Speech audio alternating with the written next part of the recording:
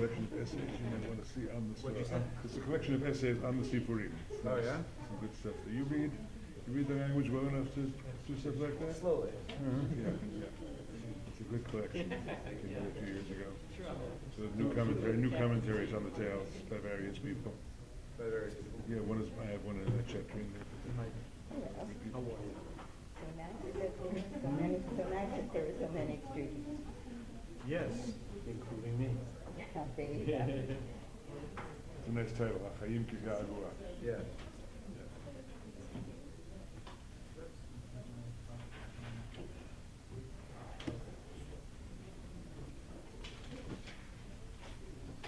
Is there a lot of like Breslov literature that comes out every year? Huge. Yeah. Huge. Hey, how's it Is going? that like a By recent- Breslevers and Besides without the fact Breslov by that I just had a outsiders. crazy These are all week outsiders. Right. So, yes, Oh, it's unbelievable. I'm glad that you made it It's a safe. whole, it's a whole field unto on itself. to me and That's like a recent he one. was in bed. He was the age of my children. The Breslevers I just bet his started vision isn't too good either. turning to outsiders I around mean, 1980, that's a 1970. combination of uncomfortable and flattering. Very Yes. sort of, Not in the least bit flattering. Not in the least bit flattering, Really okay. scary. You know what contributed to the change? Sorry. He said I looked very healthy. I said I was very strong. I think there must be a sense of more Yeah, insignificance. it's fierce. More tails. You know, Yeah. that these are very desperate times, and we need to open up. I'm going to There do was the also- Niggin and record it now, and then just send it to the list. Another competition between I'm various really looking subgroups forward of to it because and they began pushing and putting against each other, and I think that also setting opened it things up to more. It was no longer just one Yerushalayim-based, Mea Sharim-based group. There were several different groups. I'm so intrigued by a chanting group in Providence. Well, I mean, we're like, you know, What are the I wouldn't say different, we're a chanting group as much as we're Soulful Shabbat. Well, they're the Yerushalayim people, the His old name is Rabbi Steinberg, probably division of the there's a group of people who are returnees to Breslov, or Tshuva to Breslov, mostly Sephardic. Many of them former criminals, former drug addicts. Reb Nachman saved me. My life has been transformed by Reb Nachman. And they have made, as Reb said, they have made Nachman into something of a Near Eastern saint. He's very And founded our it's no longer Yiddish speaking Breslov because half the people are North African or Eastern. Oh, wow. And now we meet every 2 weeks.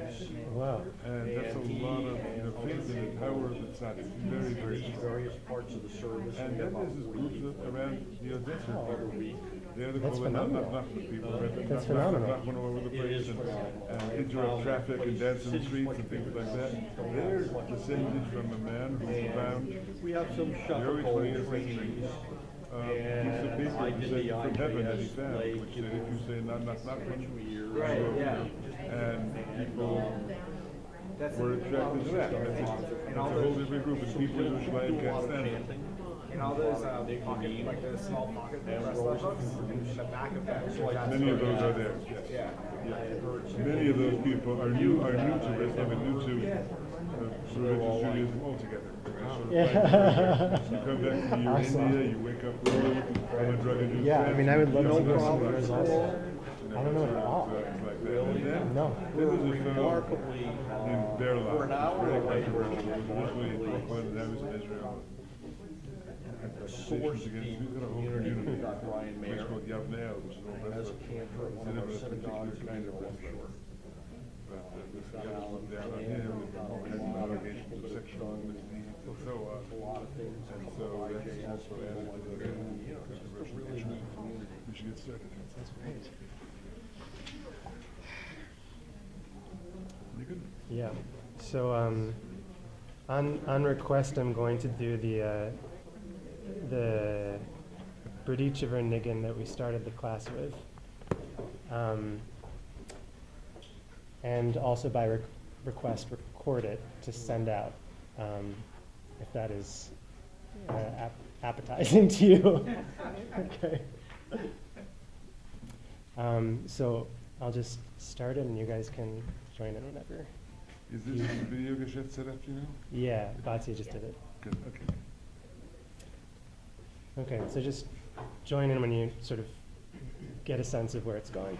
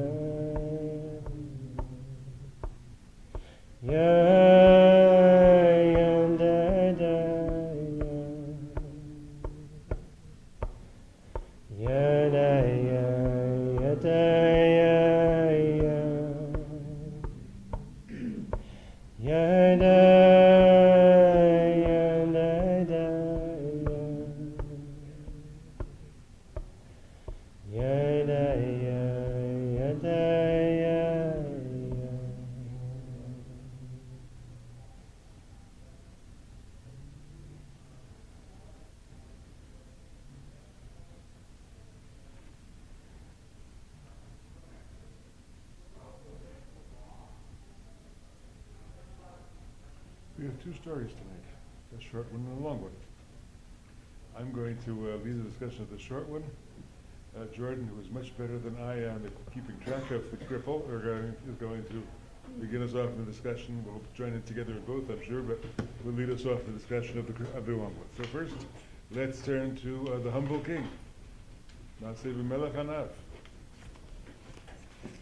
So there was a king who had a counselor, and he called the counselor in one day and said, well, since I have portraits of all the kings and all the countries in the world, there's one portrait that I don't have. And you are to go out and get that portrait for me. So what's the problem with this story? It's got a problem as a Jewish story. Okay, Joy. Portraiture, probably not a thing. Portraiture, especially portrait of the king. The king in the Jewish story is so often God. So, yeah. Two kings. How can you have a Jewish story with two kings? Right? How can you have a Jewish story with two kings? The king is, Melech Malchos Shel Olam, who's all over the place. There are a million parables in the Midrash. Mashal lemelech, Mashal lemelech. Parable of a king. A parable of a king is always God. Anything else is debatable in a Jewish story, but the king, here you have two kings.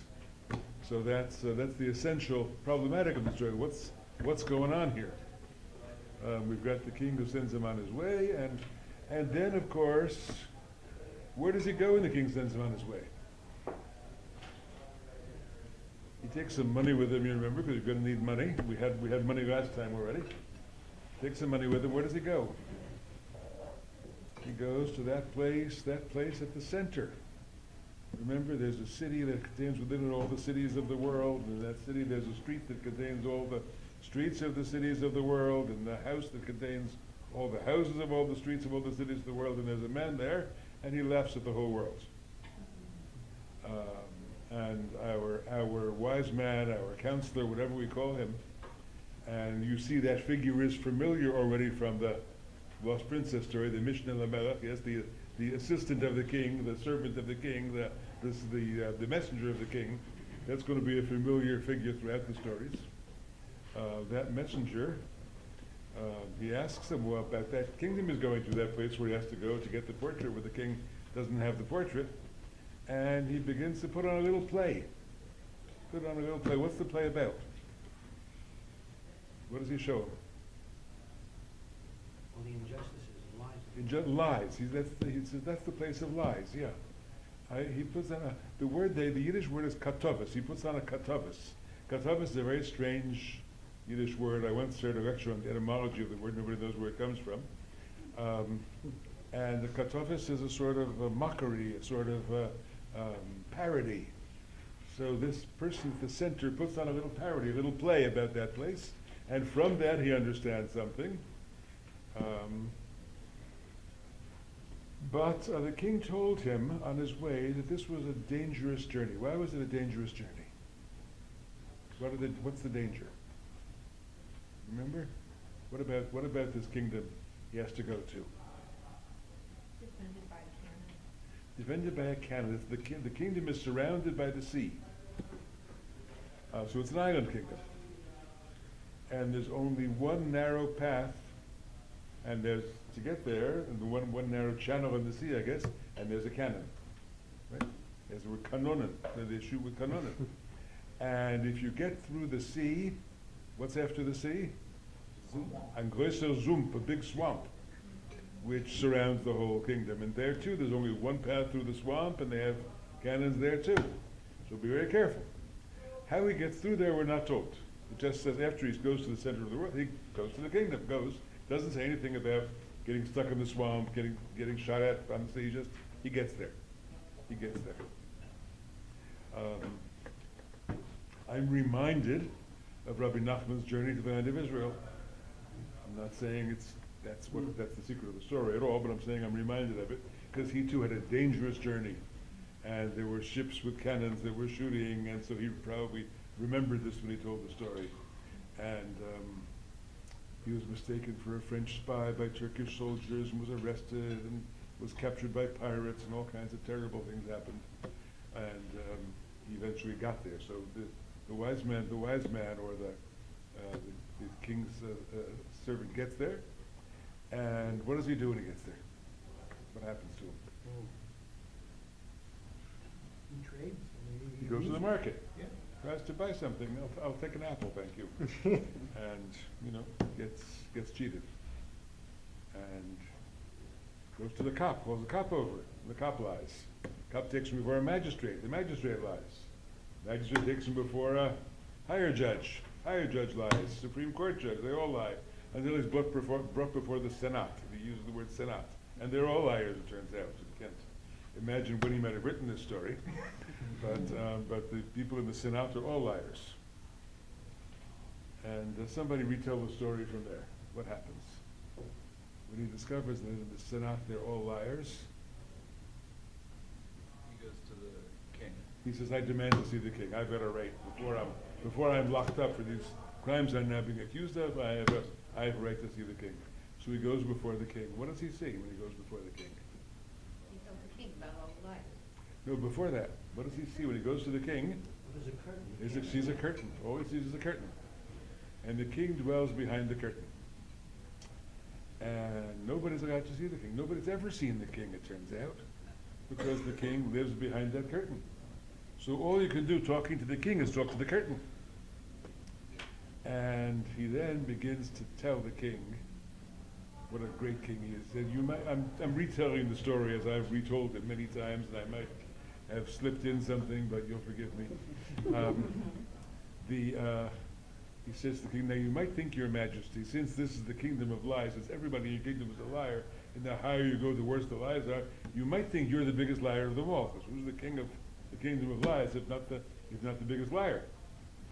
And again, political references left aside. And so well, not quite left aside. and so he then begins to praise the king. And he says, "That's how I know that you're really a king of truth. That's why you're hidden behind the curtain, because you can't stand looking at the lies in your kingdom. Oh, you must be a great king. You must be a mighty king. You must be a wonderful king.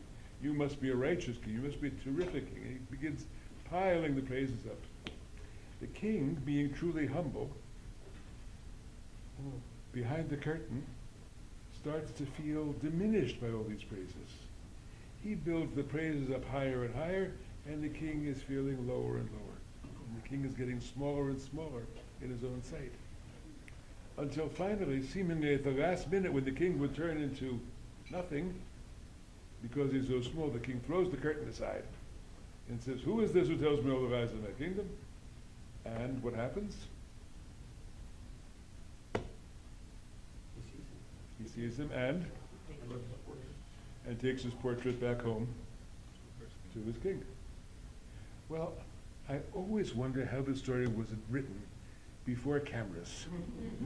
Because you have a sense of, click, I gotcha. You know, you don't have a sense of, there he sits down and begins painting a portrait. You know, that would make it a somewhat different story. That's the beginning of the process. Now I know what the king looks like. Maybe I go home, and on reflection, I paint a paint a portrait.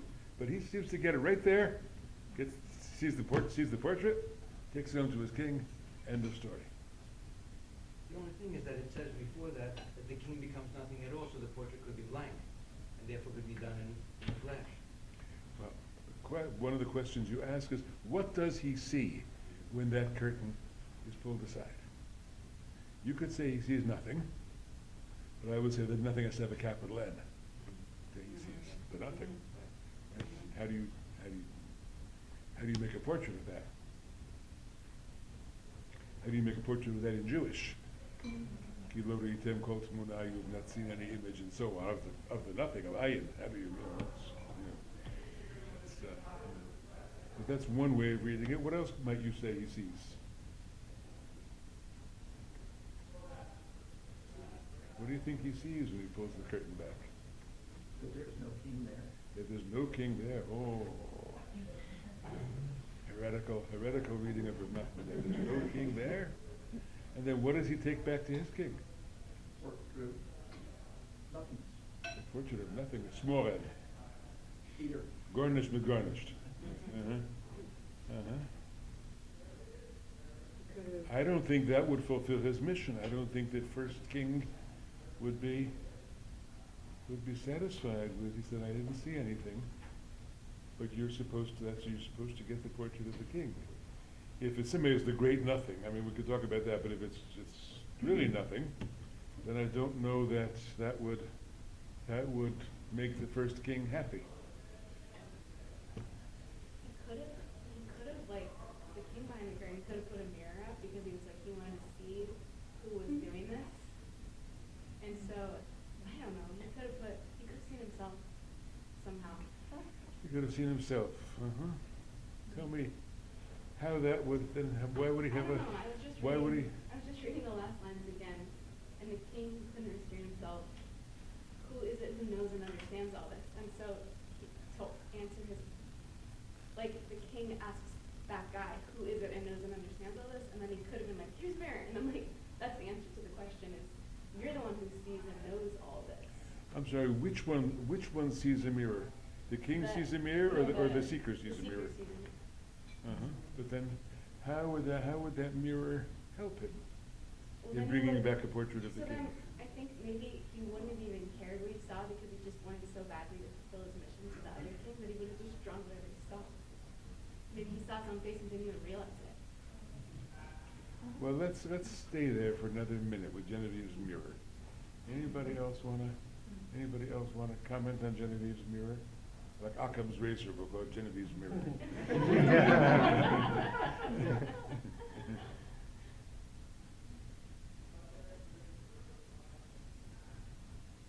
Julia? I mean, this might be a little too simplistic, but maybe some notions around like the ability of humans to have this capacity to like commune with God, or like either in some divine way that it is ourselves that we find maybe at the end of that journey of seeking Him.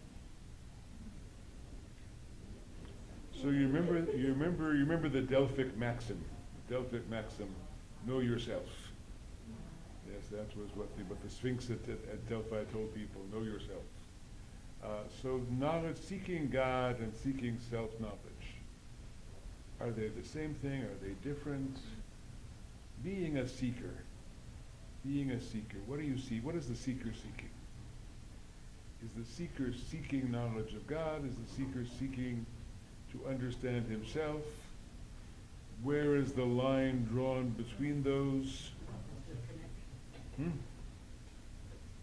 Yeah, good. So the seeker, the way I framed it, is seeking to look internally as well as to connect to what is godly and holy.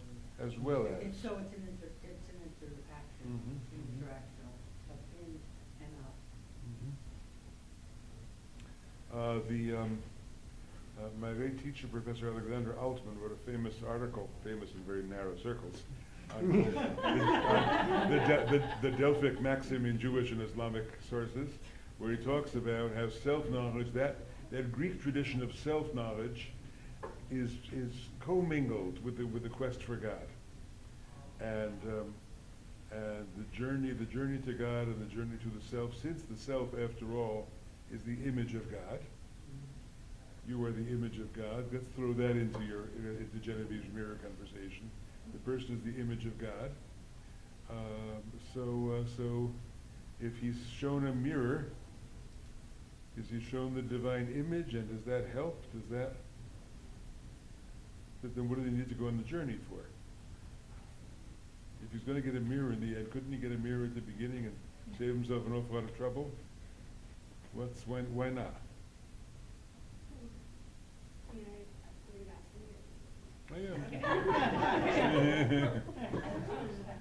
mean, I feel like if anything like that happened to me, I would have an incredibly altered view of myself and all of the people around me. And I would still be completely dumbfounded. I would feel like I knew nothing. Still.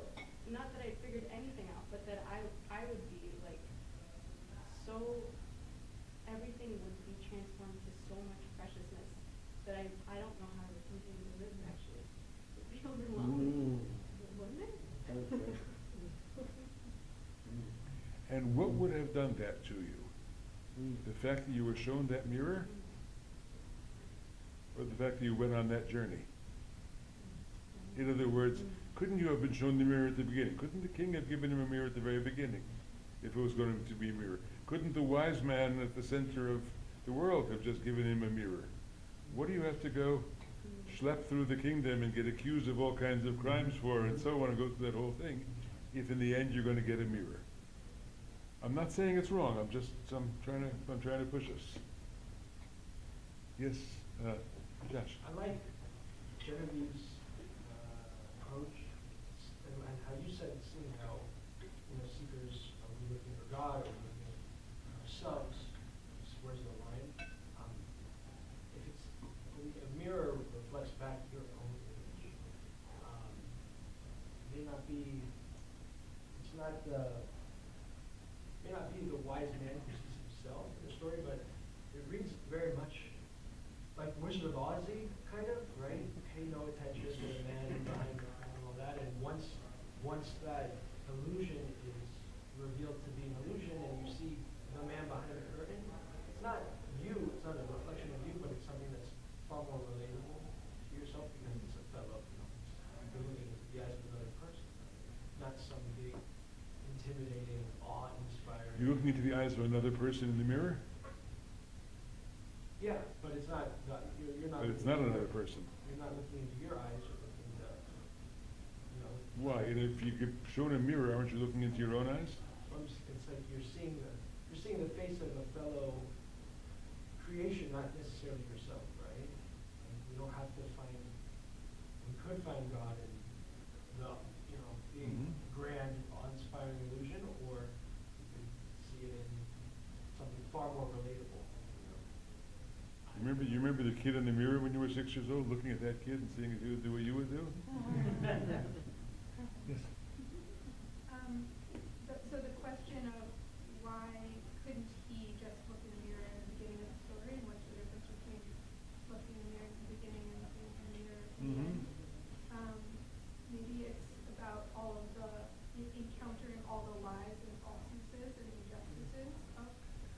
So let's go to the king, let's go to the lies. What is that? What is that part of the story, would you say? What does that represent? So like the way last time when the giant asked the wise man, who are you? And he says, I'm a human being. And, we take that to be he's speaking for all humanity. Good. I also understood the country that is all countries and the cities that is all cities and houses all houses. Like he's speaking about the human experience of, the way our societies function. Yes, I And think that that's they right. are, They are built on falsehood.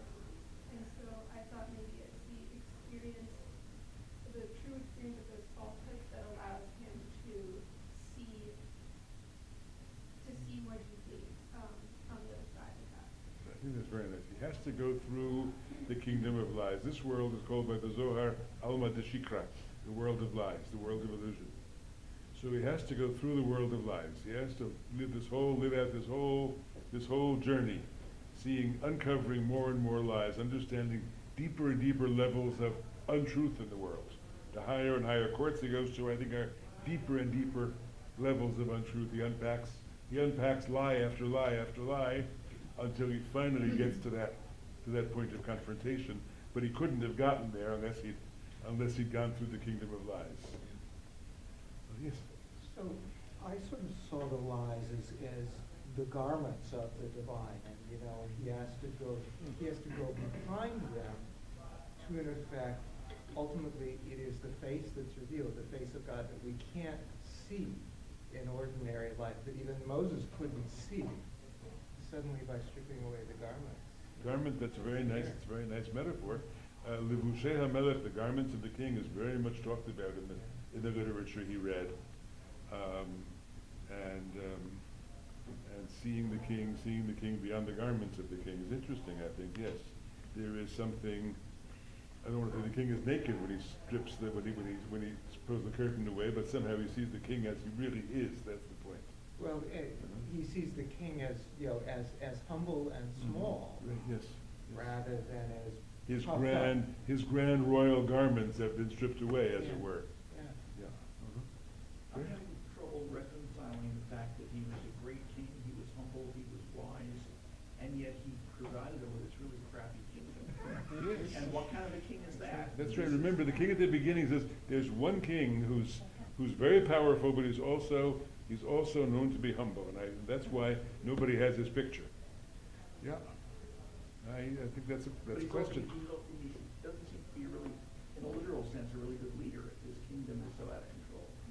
Yes, he's hiding from his kingdom. Samuel? When I read this, especially when he finally gets to the king and the ministers get really angry, made me think of his own life, where he was like kind of viewed as a heretic by all the other people around him, and like this world of lies being all of these like other people that don't get the like truth that he's able to see. Yeah, and in that sense, like if that's what you believe, or that's how you like see your role, then like the reality that you live in is one where there's this full of great, powerful, and humble God, and also you live in a world where everyone around you doesn't fully understand how to access that God. Not only doesn't fully understand, but Or doesn't understand at all. acts in violation of what might be that God's will. But God is hidden. Yeah. God is hidden from the world. Now, is God hidden from the world, as he says, because it pains you so much to look at your kingdom? You can't seem to control these people of lies in your kingdom, and so you hide? Is he trying to explain the hiddenness of God?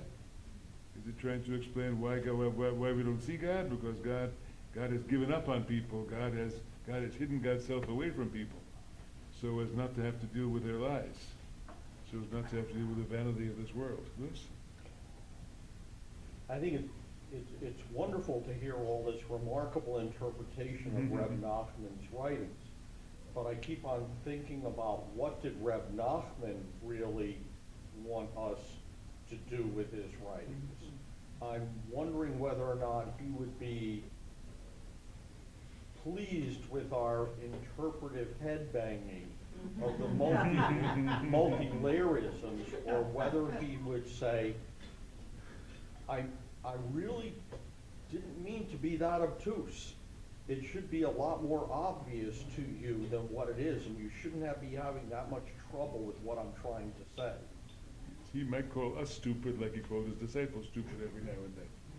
You know, I realize that he used the fable as a unique way of presentation rather than the homily, as you pointed out in your book. But nonetheless, I wonder whether or not he intended his fable to be so complexly confusing to the people reading it that they would see all these layers, or whether they would just say, no, Philip Roth meant this, and that's all there is to it. You know? So Jordan, coming from the country called postmodernity, would say, who cares? Right? That's not our question. Right? You ripped the curtain off of my face. Mary Jo? Well, I think Nachman considered these stories sacred texts, and therefore interpretable. I suspect he made them so difficult because he wants each of us to enter the story in our own unique way and come up with our own unique meaning, our own unique path to it. Yes, I like that. I think so you're right. too. I hope you're right, because they lend that to me, but I wonder if, with all the interpretive methodologies we're using, whether or not he would be sitting there going, oi, I don't know. If he wanted to make us all think the same thing about a story, he would have said it simply. He would have just given a little extra. He had tried teachings, remember, and teachings didn't stir the imagination enough to help people be redeemed. So let's go back a second. We seem to be saying that the king at the end of the story is God. Somehow there's a quest for God, there's a search for God, there's a finding, maybe it's the self, maybe it's God, but somehow there's some moment of revelation at the end of the story that's hard not to say somehow has something to do with God. And who's the king at the beginning of the story? Who's the king who sends him on his way? We go back to Akiva's problem having two kings. Akiva, you want to take a stab at it? Sure. I always read it as like the Nigla and the Nistar aspects of God, where Say that in English. where the first God is the God that's revealed that we like experience the presence of, and the other God is the God we experience the lack of.